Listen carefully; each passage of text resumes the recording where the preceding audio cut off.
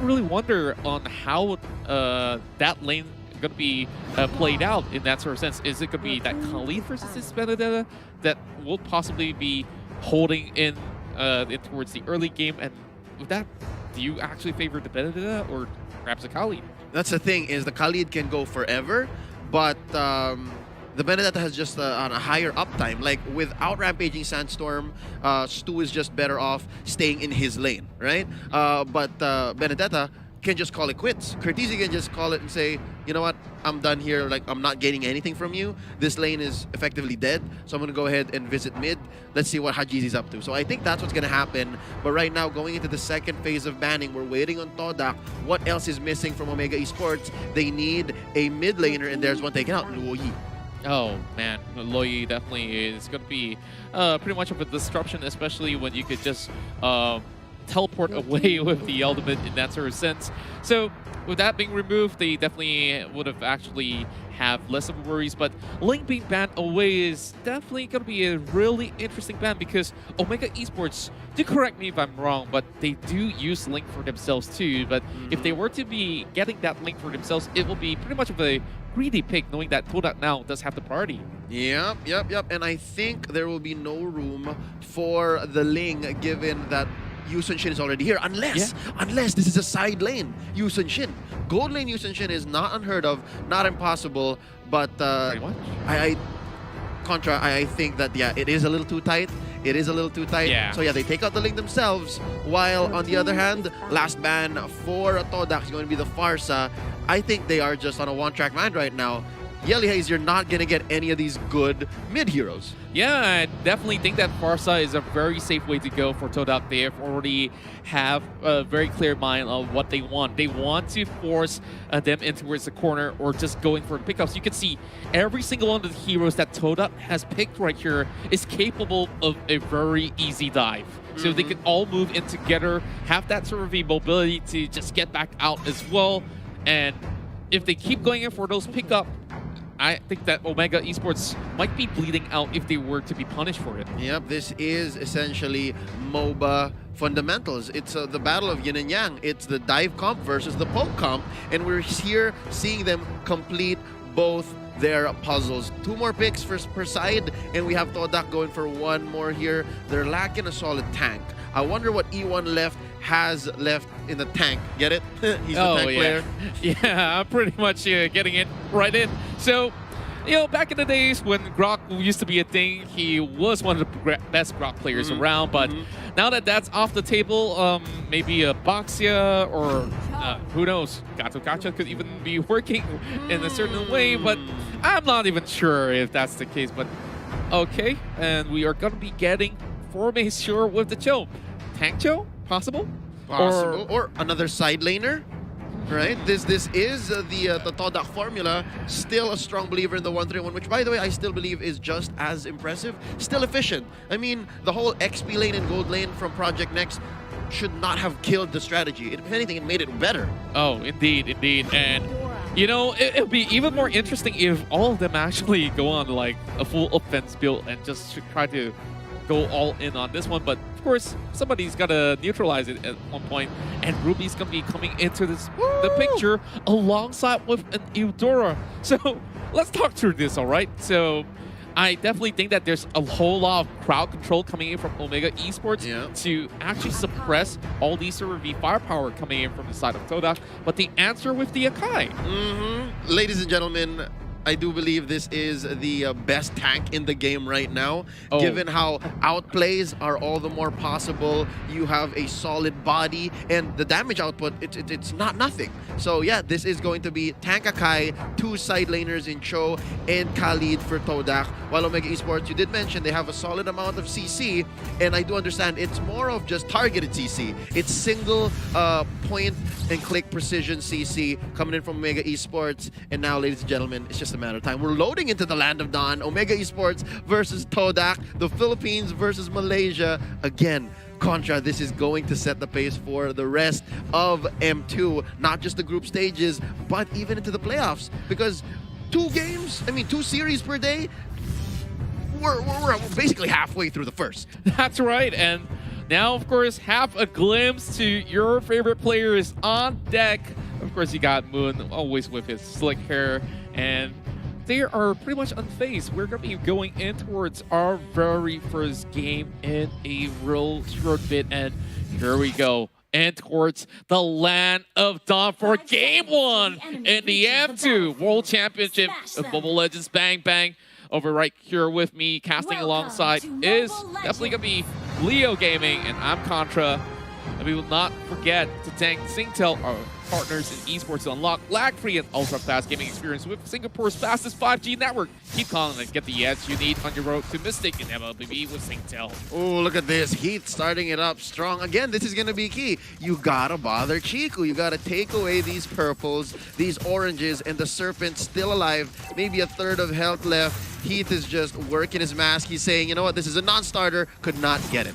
Oh, he actually dives in a little bit late to the scene, and it might just be partly she's already used this flicker as well. He needs to get out of this, and I believe that that chunk of health left, he's got to back away. Oh, Curtizi super aggressive up top, cutting the lane already. I do believe this is maybe just the second or third wave. Oh, the duel! It's happening! Maze already goes in for the flicker. That's out. Curtizi looking for a dash. Can he find him in the bush? Oh, he gets it! Whoa! That's first blood for Omega Esports. Just look at that blow, and Curtsy still at it once again, and E1 tries to finish him off, and he managed to make it out. What? Absolutely insane. Omega Esports not only got the first blood, but he makes it out alive. With relative impunity. Not the team, but the fact that he was not punished at all. That was a big three-man rotation sent in by Todak. And in mid, that's going to be Moon being hit by the Mountain Shocker. Survives with just a sliver of health as well. Yeah, and I am definitely excited to see what goes up next. A lot of all these flickers have already popped up from the side of Todak, and they are forced to play passive all the way. Now, Kenji is also controlling his lane relatively well, so if they were to choose to roam, definitely could be great. Now, looking at this, we got it all wrong during the draft, I must admit. Yeah. It's actually the Ruby and the Khalid, and then the Benedetta and the Cho facing off. Now, Heath just checking the bush, seeing who wants in. E1 goes for the bite, now starting this very first turtle. Again, we talked about this in the pre-game discussion.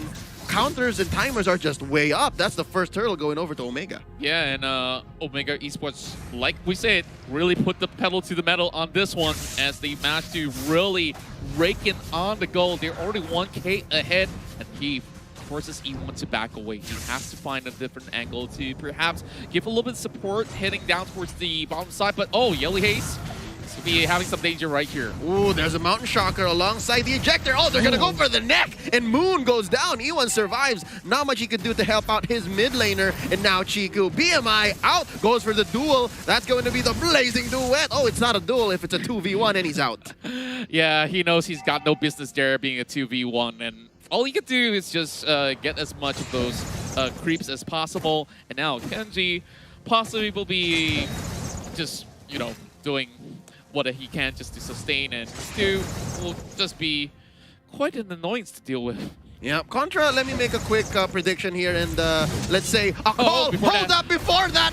Nice ejector, three-man rotation. Not much Stu could have done. I was going to say, if that didn't happen and these two side laners here, top and bottom, just continue doing what they did, it would be a slow crawl win for Omega. It's because they're winning these side lanes, right? But then Heath comes in with the massive rotation. Indeed, and you just see that Todak just haven't seemed to find a way to respond to this at all. This is not what they're used to in the early game, and it's really costing them a lot. Now, you can see 3-0, but all they have to do is just to hold on and eventually look for that mid-game fight. But oh, Wave Dragon in towards the mid side. As you can see, Moon dives in as well. Yelly Haze gets caught out, and it's going to be Eve. They'll be forcing the flicker out of Maze, and he finally pops that away. Nice Hurricane Dance to save himself. Heath and Hajizi, there's not enough damage between the both of them, so even E1 gets away, even Moon survives. Now, real quick, big fight in the river. There's a Rampaging Sandstorm. Stu gets one. Down goes Hajizi. The machine needs some maintenance. Oh, man. Speaking of the machine here, he's going to be flipping Moon over like a burger patty, and man, he definitely doesn't want any of that sort of pressure going on. He's going to be backing away, but fixing back down and towards the bottom side of the map, we do see Kenji just enjoying his time over on the bottom side after getting that one pick off.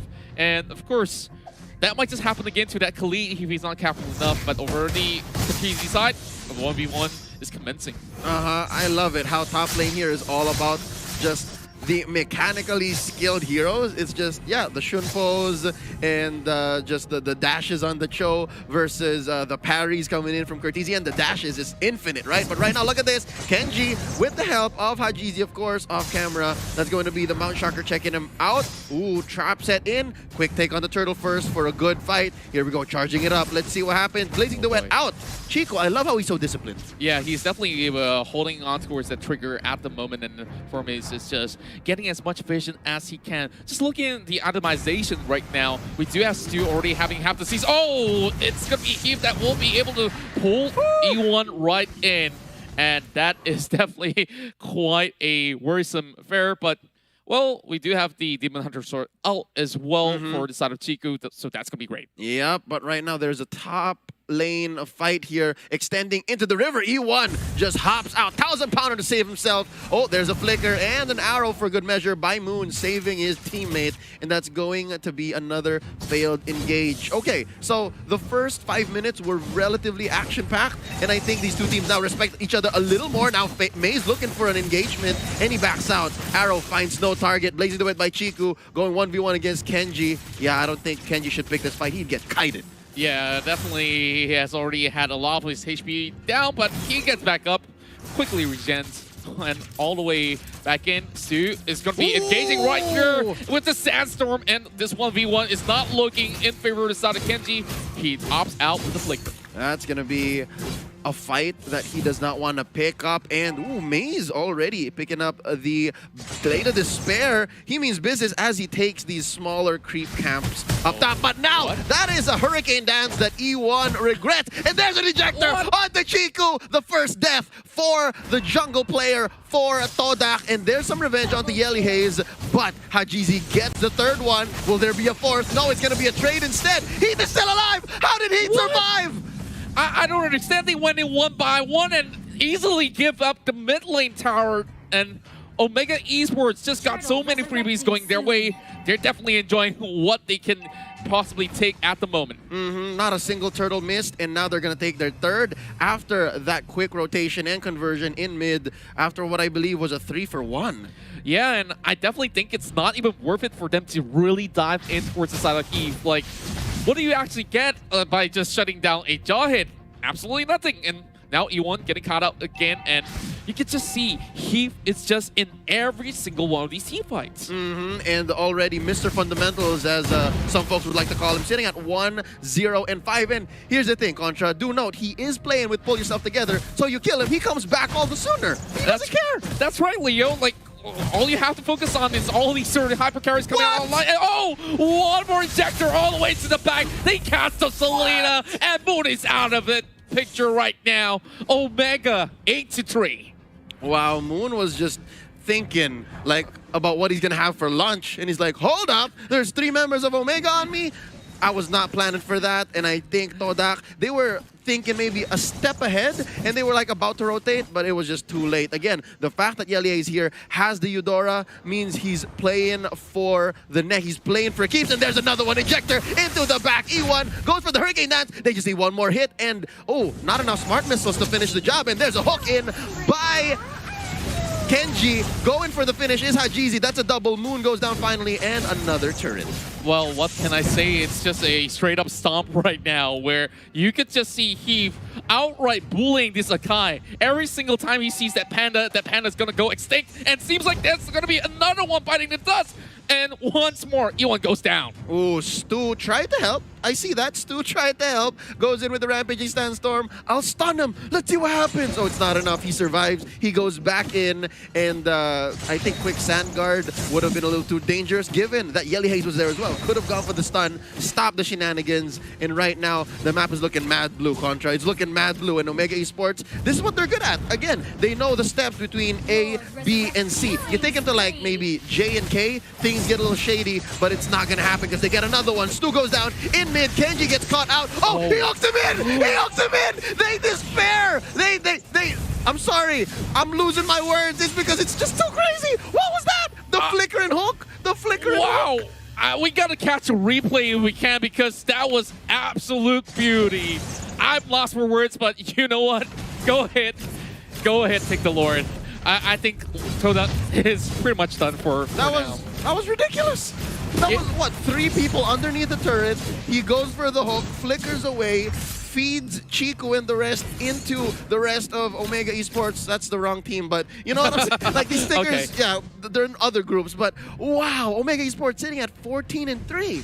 That's right, and maybe they're sending signals to say, hey, Alter Ego, are you watching this? Like, we're coming after you next. Evos SG, check it out. Oh yeah, and the list goes on. I wonder how many more stickers do we see, because early on we saw Moon pop up that M1 sticker, but yep, this Hurricane Down is going to be setting up, and they might just actually get Heat right across, but he is in safety. Stu gets caught out instead, and Curtizi looking for blood, hunting for Chiku as well as Moon. He's already inside of the enemy's base. What? And he doesn't care. Drop that missile arrow as much as you may. I will take out your inhibitor turret on the top lane. He caught it with much gusto. He's like, I'll take it. Don't give it to Hajizi. I'll take it. Now Chico running for his life in his own base. This is not a good spot to be if you are Todak. And it looks like they're just focusing on the base right now. Ladies and gentlemen, it's just 11 minutes and 15 seconds in. Mid lane gonna be as well. The next target, another ejector onto E1. And ladies and gentlemen, it's just a matter of time. That's gonna be game 1 going over to Omega Esports. And now the Philippines will top the groups. At the moment, Omega really represented it well with them hungry for the first win, and the champions of MYSG will suffer a first round defeat. But hey, all's not over just yet, because this is just